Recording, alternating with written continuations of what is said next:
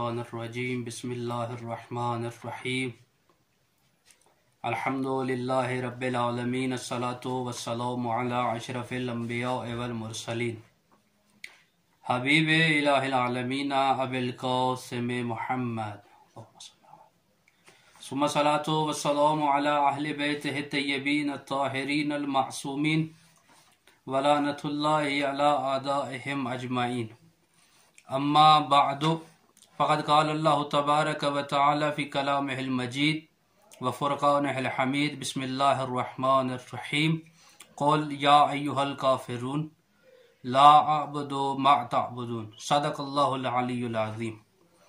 सामीन मोहतरम, माह ज़ियाफ़त इलाही में कुरान फ़हमी के उन्वान से सूरह कुल का तर्जुमा तफसीरी पेश करने की कोशिश की जा रही है। गुज़श्ता दर्स में सूरह काफ़िरून का तारुफ, शान नज़ूल और इसकी तिलावत के फ़वाइद अर्ज़ करने की कोशिश की थी फ़रामीन अहले बैत की रोशनी में। आज इसकी पहली दो आयात का तर्जुमा करने की हम कोशिश करेंगे। परवरदिगार इस सूरा में अपने रसूल को हुक्म दे रहा है कि कुफ़ार और मुशरिकीन मक्का से अलल ऐलान बरात का ऐलान करें, ताकि हमेशा के लिए कुफ़ार और मुशरिकीन आपसे हीला, साजिश या किसी मामले के बारे में सोचें भी नहीं। इस बिना पर खुदावंद मुताल ने अपने रसूल से फरमाया, कुल या अय्युहल काफिरून, ऐ रसूल इन कुफ़ार और मुशरिकीन को समझा दो, दीन इस्लाम में इनके इस हीले, साजिश या जो ये प्लानिंग करते हैं, इसकी कोई गुंजाइश नहीं है। इस्लाम ऐसे लोगों को बिल्कुल कोई जगह देने के लिए तैयार नहीं है। इस इबादत और बुत परस्ती का जो तरीका और रविश है, ये इस्लाम के बिल्कुल खिलाफ है, जिसकी इस्लाम में कतअन इजाजत नहीं है। और ये जो तुम लोग, जैसा कि मैंने शान नज़ूल में अर्ज किया था कि प्लानिंग करके आए थे कि एक साल आप हमारे बुतों की परस्तिश करें और हमारे दीन पर रहें, एक साल हम खुदा की परस्तिश करेंगे।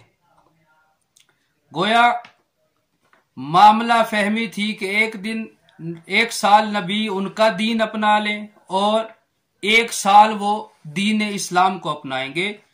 तो अल्लाह नबी के जरिए से अलल ऐलान ये फरमा रहा है कि ये जो दीन तुम लाए हो और वो दीन जो खुदावंद मुताल की तरफ से है, इसमें जमीन और आसमान का फर्क है। वो दीन के जो खुदा की तरफ से है वो दीन बरहक है, वो दीन के जो खुदा की तरफ से है वो दलील का दीन है। जबकि जो दीन तुम लाए हो ये खुद साख्ता दीन है, जिसकी परस्तिश तुम करते हो ये तुम्हारे अपने बनाए हुए हैं, जिनको अपने हाथों से बनाते हो फिर उसकी परस्तिश करते हो। लेकिन खुदावंद मुताल जिसने इस दीन को बनाया, जो इस पूरी कायनात का खालिक है, वो जिस दीन को बनाने के लिए जिसने मुझे भेजा, जिस दीन की तरवीज के लिए, उसकी इस दीन में मेहनत और एक एक शय दलील के साथ है। अब यहां पर एक सवाल है कि इस सूरा का आगाज परवरदिगार ने लफ्ज कुल से क्यों किया, जबकि फरमा सकता था या अय्युहल काफिरून। कुल के साथ इस सूरा का आगाज करने की क्या वजह है? तो मुफस्सिरीन यहां पर दो जवाब देते हैं।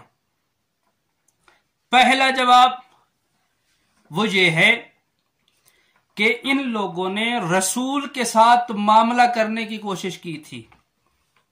रसूल को कहा था कि आप आए हमारे साथ मामला करें, आप आए हमारी बात माने, हम आपकी बात मानेंगे। तो अल्लाह ताला अगर या अय्युहल काफिरून कहता तो ये फकत अल्लाह का हुक्म हो जाता, लेकिन मामला चूंकि रसूल का था इसलिए अल्लाह ने कहा या कुल या अय्युहल काफिरून, ऐ रसूल आप इन काफिरों से कह दें जिन्होंने आपके साथ मामला करने की कोशिश की है, क्योंकि मामला आपके साथ करने की कोशिश की है, लिहाजा आप कहें इनसे कि मैं कभी भी तुम्हारे बुतों की परस्तिश नहीं करूंगा। दूसरा जवाब वो इससे भी बहुत ज्यादा फहमीदा और समझ आवर है, वो ये है कि जिब्राइल और पैगंबर इस्लाम ये परवरदिगार की तरफ से मामूर हैं पैगाम हक को पहुंचाने के लिए।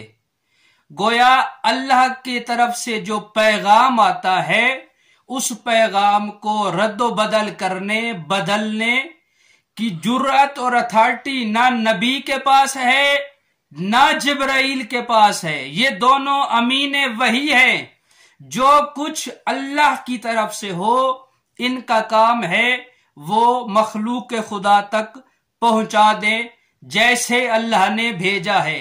अब यहां पर एक इशारा मैं अर्ज करना चाहूंगा, जब सैयदुल मलाइका और सैयदुल अंबिया को अल्लाह ने दीन में तब्दीली या दीन में अपनी मर्जी शामिल करने की इजाजत नहीं दी, तो फिर किसी आम मुसलमान को तो बिल्कुल भी अल्लाह ऐसी इजाजत नहीं दे सकता।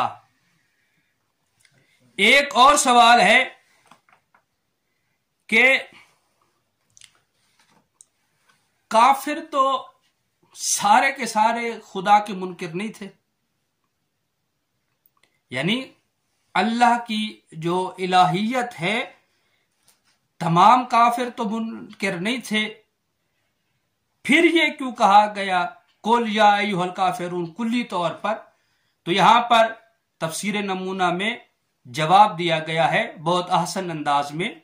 वो ये था कि वो काफिर जो खुदा को मानते थे वो खुदा को मिन हैसो खालिक मानते थे, जिनके बारे में इशारा है जिसने ये इश्काल किया है कि सारे काफिर तो अल्लाह को नहीं ठुकराते थे यानी अल्लाह को मानते थे, फिर क्यों ये है? तो उसका ये जवाब है कि ये काफिर अल्लाह को खालिक होने के लिहाज से, खालिक होने के एतबार से मानते थे, लेकिन इलाहा नहीं मानते थे, माबूद नहीं मानते थे। परस्तिश करने के लिए उन्होंने बुतों को बनाया हुआ था। इसलिए अल्लाह ताला ने लफ्ज कुल या अय्युहल काफिरून कहा कि ऐ काफिरों के वो काफिर जो बुत परस्त हैं, वो काफिर जो बुत परस्ती करते हैं, उनसे कह दो क्या ला आबुदो मा ताबुदून, और यहां ताबुदून से मुराद बुत परस्ती है जिसकी कुफार और मुशरिकीन परस्तिश कर रहे थे। ये ऐलान था रसूल का कि जिसकी भी तुम परस्तिश करते हो मैं रसूल कतअन उसकी परस्तिश नहीं करूंगा। और रसूल यहां पर बाकायदा तौर पर चंद चीजें हैं जो इंशाल्लाह 10 चीजें तकरीबन मैंने कोट की हैं मुख्तलिफ तफासिर से, वो कल वाले दर्स में आने वाले में इंशाल्लाह चूंकि अगली आयात से मरबूत है तो वो अर्ज करूंगा जिससे बिल्कुल वाज़े हो जाएगा इस सूरह के शान नजूल में भी और इस हुक्म खुदाबंदी का जो मकसद और महवर है। यहां पर एक वाकया मैं आखिर में अर्ज करना चाहूंगा कि रसूल ने उलूहियत खुदाबंद को कैसे मनवाया। इब्तदाए इस्लाम में नबी ने असहाब के साथ ताइफ पर पड़ाव डाला, तो इन्होंने क्या किया, आपस में फैसला यह किया कि हमारे पास 1 साल का राशन मौजूद है, गला मौजूद है, लिहाजा हम बाहर ही नहीं निकलेंगे, रसूल बैठकर चले जाएंगे। तो रसूल सहाबा के साथ वहां मौजूद थे, तो एक सहाबी ने रसूल से अर्ज की, या रसूल अल्लाह कुछ दिनों से हम यहां बैठे, तकरीबन 6-7 दिन का तस्करा है या उससे भी ज्यादा, लेकिन ये बाहर नहीं निकल रहे। और ताज़ा हम एक जंग से भी वापस आ रहे हैं, तो फिलहाल हम यहां से चले जाते हैं। जब इनकी ग़िज़ा और खुराक ख़त्म हो जाएगी तो ये बाहर आ जाएंगे, फिर हम इनसे निबट लेंगे, जंग कर रही होगी जंग कर लेंगे। नबी ने बहरहाल उसकी इस सलाह और मशवरे को कबूल किया और ये तय किया कि यहां से चलते हैं। और उनके पास भी चूंकि इतना ज्यादा राशन तो था नहीं कि वो ज्यादा देर बैठ सकते। कुछ अरसे के बाद उन्होंने ये मीटिंग की कि रसूल की खिदमत में जाएं और जाकर के उनसे कहें कि कुछ मामला हमारे साथ कर लें, कोई हीला साजिश बहाना बहरहाल वो सोच के आए, कोई लेन देन हो जाए। तो ये आए नबी की खिदमत में, कहा हमारी दो बातें हैं, दो शर्तें हैं, उन शरूत की बिना पर हम इस्लाम को कबूल करेंगे। नबी ने फरमाया बताओ कौन सी शर्तें हैं तुम्हारी। कहा पहली शर्त तो यह है कि हम बुतों की परस्तिश नहीं छोड़ेंगे। नबी ने कबूल नहीं किया। कहा अच्छा 1 साल तक हमें इजाजत दी जाए ताकि आहिस्ता आहिस्ता हम फिर इसको छोड़ दें। नबी ने कबूल नहीं किया। तारीख में आया 6-7 महीने, इन्होंने कहा, नबी ने कहा नहीं, कतअन मैं इसकी इजाजत नहीं दूंगा। फिर इन्होंने कहा, ये मैं कोई खिताबत या उसका जुमला नहीं है, कि या रसूल अल्लाह फिर ऐसा करें हमसे ये बुत ना तुड़वाएं, किसी ऐसी हस्ती को कहें जिसने जिंदगी में बुत परस्ती न की हो। तो तारीख वहां कहती है कि पैगंबर ने अमीरुल मोमिनीन का इंतखाब किया कि इनके बुतों को तोड़ा जाए। और दूसरी शर्त हमारी ये है कि इस्लाम के जितने भी अहकाम हैं, जितने भी हुक्म खुदाबंदी से हमारे लिए इंसान के लिए जो तकालीफ मुअय्यन हुई हैं, वो हम सारी अंजाम देने के लिए तैयार हैं, लेकिन हम नमाज नहीं पढ़ेंगे। नमाज के अलावा जो भी आपने हुक्म दिया हम वो करेंगे। तारीख कहती है कि वहां पर पैगंबर इस्लाम गुस्से की हालत में मुखातब हुए उनसे और जुमला इरशाद फरमाया कि अगर तुम लोगों ने इस्लाम कबूल करने के बाद नमाज से मुंह मोड़ने का कहा तो मैं अमीरुल मोमिनीन को भेजूंगा जो तुम्हारे मर्दों को कत्ल करके तुम्हारी खवातीन और बच्चों को कैद करके ले आएगा। फिर मैं बताऊंगा कि इस्लाम की क्या ताकत है। गोया यहां से पैगंबर ने जो इस सूरह से मरबूत है, एक तो बुत परस्ती की कुल्ली तौर पर नफी की है। किसी भी सूरत में गैर खुदा को झुकना, गैर खुदा को सजदा करने की इजाजत नहीं है पैगंबर के नजदीक, अल्लाह के नजदीक, इस्लाम में। यानी किसी भी सूरत में आप गैरुल्लाह को नहीं झुक सकते। दूसरा यह है कि इबादत उसी की है और उसी की इबादत से मुंह नहीं मोड़ सकते। दुआ है करीम अल्लाह हम सबको कुरान मजीद पढ़ने, समझने और उस पर अमल करने की तौफीक इनायत फरमाए। वस्सलाम।